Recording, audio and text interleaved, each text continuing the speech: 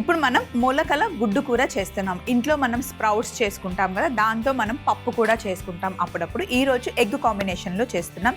Diet చేయాలి అనుకునే వాళ్ళు కాస్త తక్కువ ఆయిల్ వేసుకొని చక్కగా సేమ్ ప్రాసెస్లో చేసుకోవచ్చు. ఈరోజు మనం చేస్తుంది మొలకల గుడ్డు కూర మహారాష్ట్ర స్టైల్లో చేస్తున్నాం అనమాట. సో ముందుగా కావాల్సిన పదార్థాలు చెప్తాను చూడండి. ఫస్ట్ మనం మసాలా చేసుకోవాలి. దానికి కావాల్సింది ఉల్లిపాయని డైరెక్ట్గా నేను పొయ్యి మీద పెట్టి కాల్చుకున్నాను. ఈ కర్రీయే కొంచెం బ్లాకిష్ కలర్లో ఉంటుంది.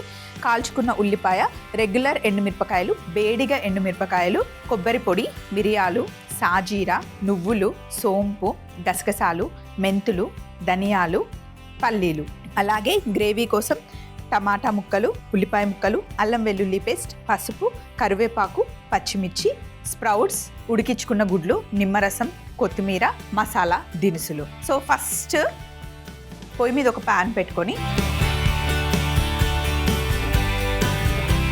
ఆయిల్ వేసుకోండి. ఆయిల్ మటుకి మీరు తగ్గించి వేసుకుంటారో మరి ఎక్కువ వేసుకుంటారో అదైతే కంప్లీట్గా మీ చాయిస్. కావాలి అంటే బటర్ కూడా వేసుకోవచ్చు, బట్ నేనైతే రెగ్యులర్ ఆయిల్తో చేస్తున్నాను. సో ఫస్ట్ ఇప్పుడు బిర్యానీ ఆకు, పచ్చిమిర్చి, అలాగే పొడుగా సన్నగా కట్ చేసి పెట్టుకున్న ఉల్లిపాయ ముక్కలు. కాల్చినది ఒక ఉల్లిపాయ, దీనికన్నా కాస్త పెద్ద సైజులో ఉండే ఉల్లిపాయని పొడుగా కట్ చేసుకున్నాం.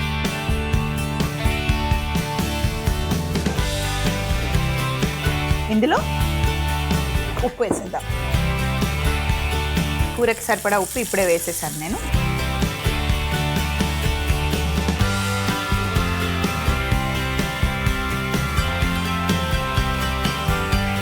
ఉల్లిపాయలు కాస్త వేగాలి.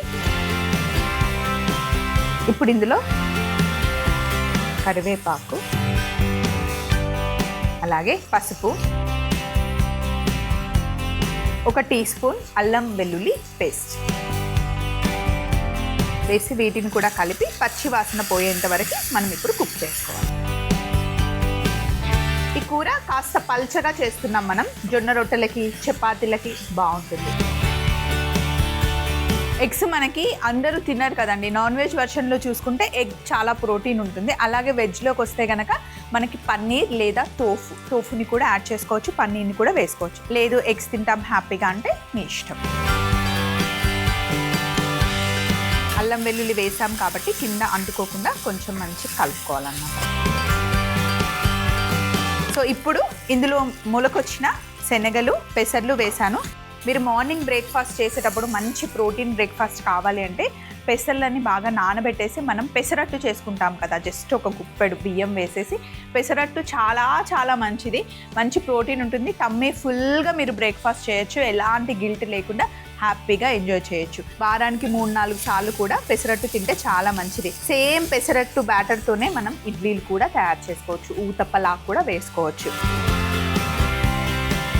పెసరట్టు బ్యాటర్ని ఇడ్లీ పాత్రలో వేసేసి చక్కగా స్టీమ్ చేసిన తర్వాత చిన్న చిన్న పీసెస్ లాగా కట్ చేసి ఉల్లిపాయలు ఎక్కువ వేసి ఉప్మా లాగా చేసినా సరే చాలా బాగుంటుంది. అండ్ ఒకటే రకంగా కాకుండా, పెసరట్టు లాగా కాకుండా రకరకాలుగా చేసుకోవచ్చు. సో ఉప్మా లాగా చేసేటప్పుడు మటుకి అందులో మీరు మంచి జీడిపప్పులు వేసుకోండి, అల్లం ముక్కలు ఎక్కువ వేసి ఉల్లిపాయలు ఎక్కువ చేస్తే బాగుంటుంది. ఇన్ కేస్ నేను చెప్పిన రెసిపీ, నేను చెప్పే స్టైల్లో మీకు అర్థం కాకపోతే మీరు నన్ను చేసి చూపించమంటే హ్యాపీగా మీకోసంలో నేను చేసి చూపిస్తాను. మీకు కనిపిస్తున్న మెయిల్ ఐడికి మెయిల్ చేయండి మీకు కావాల్సిన రెసిపీస్. నేను మా టీం ఆ కాంబినేషన్స్ చూసుకొని చక్కగా చేసి చూపిస్తాం. పెసరట్టు బ్యాటర్తోనే మనం ఇవన్నీ తయారు చేసుకోవచ్చు అన్నమాట. కాస్త నూనెలో వేగాలన్నమాట, మరీ పచ్చిగా ఉండకుండా కాస్త నూనెలో వేయించుకొని ఇప్పుడు ఇందులో మనం నీళ్ళు వేసేయాలి. మొత్తం ఈ మొలకలన్నీ మునిగేంత వరకు వాటర్ పోసేయండి చాలు.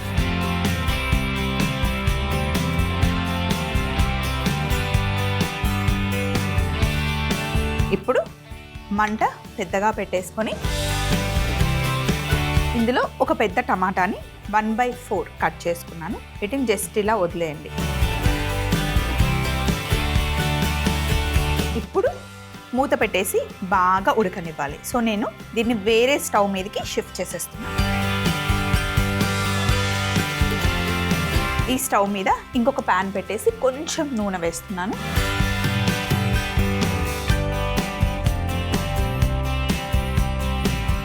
సో కొంచెం నూనె వేసేసి ఇందులో మనం మసాలా దినుసులు వేయించుకోవాలి. మీకోసంలో ఆల్రెడీ మనం ఒక రెసిపీ చేసాం, తరీ పోహా అని చెప్పేసి. సేమ్ ఇదే ప్రాసెస్లో చేసామన్నమాట. ఫస్ట్ ఒక గుప్పెడు పల్లీలు నూనెలో ఫ్రై చేసుకోవాలి. కొంచెమే ఆయిల్ వేసాను ఇవన్నీ వేగడానికి అంతే. ఇందులో నేను కారపొడి వేయట్లేదు. మిరపకాయలు రెగ్యులర్గా మనం తాలింపులో వేసుకునే మిరపకాయలు, బేడిగ మిరపకాయలు వేస్తున్నాను. రెగ్యులర్ మిరపకాయల నుండి కారం ఎక్కువ వస్తుంది, బేడిగ మిరపకాయల నుండి కమ్మదనం, కలర్ వస్తుంది. సో ఇప్పుడు మిరపకాయలు, అలాగే బేడిగ మిరపకాయలు.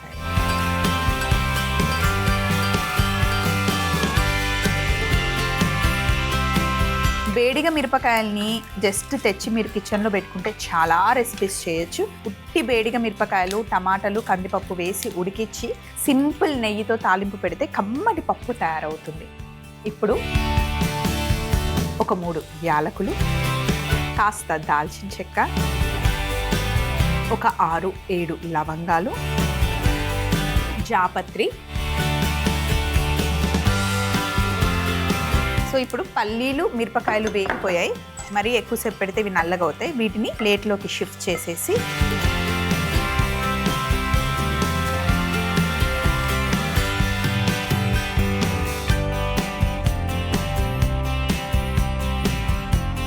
ఇప్పుడు ఇదే నూనెలో కొన్ని ధనియాలు, కొద్దిగా మెంతులు, మిరియాలు, జీలకర్ర, సాజీరా, సోంపు,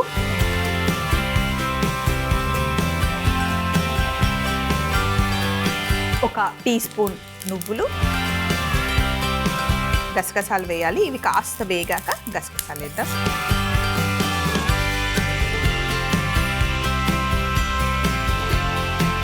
అలాగే ఒక 2 టేబుల్ స్పూన్ల ఎండు కొబ్బరి పొడి, ఇంకా గసగసాలు సగం టీ స్పూన్. కుర్మాకు కూడా మనం ఆల్మోస్ట్ ఇదే మసాలా తయారు చేసుకుంటాం.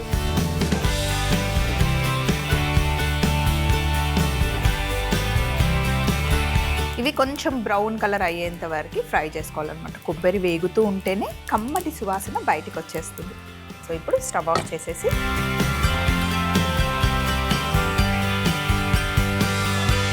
మిక్సీ జార్లో ఫస్ట్ వేడిగ మిరపకాయలు, ఎండి మిరపకాయలు, జాపత్రి, పల్లీలు ఇవి వేసేసి ఇప్పుడు మనం ఫ్రై చేసుకున్న కొబ్బరి పొడి,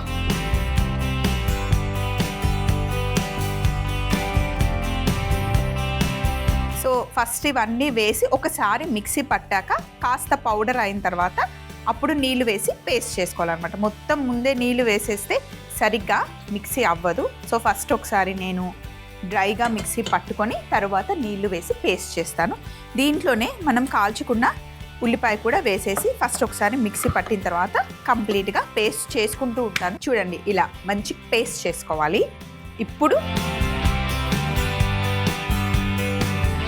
స్ప్రౌట్స్ బాగా ఆల్మోస్ట్ ఉడికిపోయి ఉంటాయి. ఈ వాటర్లో మనం తయారు చేసుకున్న పేస్ట్ వేసేయాలి. ఇంకా కొంచెం వాటర్ పడతాయి. ఈ పేస్ట్ వేసిన తర్వాత థిక్ అయిపోతుంది గ్రేవీ. ఒకసారి బాగా మిక్స్ చేసేయండి. రాగి రొట్టె కూడా మా ఇంట్లో అయితే అత్తమ్మ చేసేస్తుంది. రాగి రొట్టెలో కూడా బాగుంటుంది. జస్ట్ రాగి పిండిని మంచి ముద్దలాగా చేసి జొన్న రొట్టె ఎలా చేస్తామో అలా చేసేయడమే. ఎప్పుడు రాగి జావ తిని బోర్ కొడితే కనుక రాగి రొట్టె, జొన్న రొట్టె, సద్దుల రొట్టె చేస్తారు. సో అలా చేసుకొని తినొచ్చు.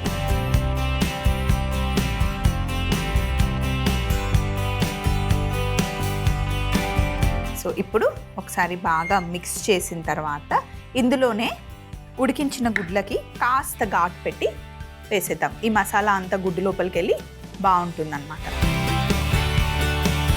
ఇంట్లో ఎంతమంది ఉంటే అన్ని ఎగ్స్కి ప్లాన్ చేసుకోండి. మేమైతే ఇంట్లో గుడ్డు పులుసు చేసిన, ఎగ్ బాయిల్ చేసిన కర్రీస్ ఏవైనా సరే ఒక్కొక్కరికి 2 గుడ్లు లాగా వేస్తాం.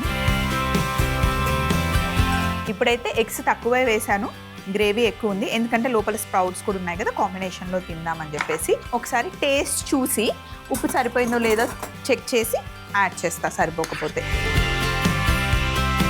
మనం ఇందులో నిమ్మరసం కూడా వేసుకుంటాం, లాస్ట్లో యాడ్ చేద్దాం.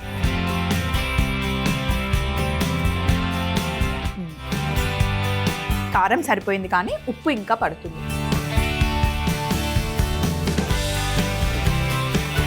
మసాలాలు కూడా మరి ఘాటుగా లేదు, పర్ఫెక్ట్ ఉంది. సో ఇది వేసేసాం కదా, అంతే. ఇంకా నూనె పైకి తేలేంత వరకు చిన్న మంట పెట్టేసి 15 నుండి 20 నిమిషాలు ఉడికిస్తే మన కిచెన్ అంతా గుమగుమలాడిపోతుంది. సో మీకు ఆటోమేటిక్గా కర్రీ అయిపోయింది అని తెలియాలి అంటే పైన నూనె అంతా తేలిందంటే పర్ఫెక్ట్గా మొలకల గుడ్డు కూర తయారైపోతుంది.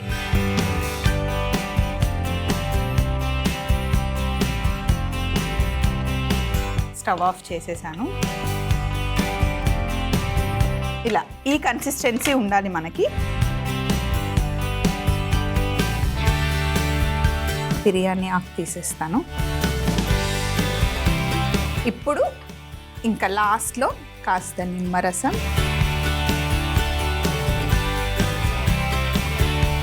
కొత్తిమీర వేసి ఒకసారి మిక్స్ చేయండి.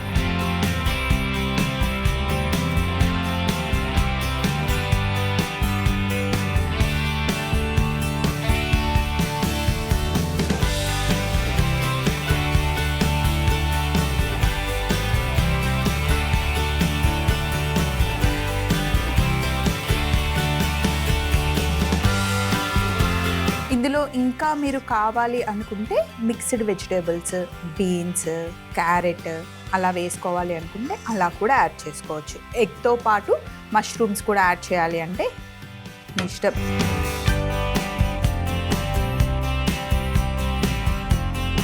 పొద్దునేమో చక్కగా రైస్తో ఎంజాయ్ చేసేసి నైట్ టైంలో కాస్త జొన్న రొట్టె, పుల్కా అలా చేసుకొని కూడా తినొచ్చు.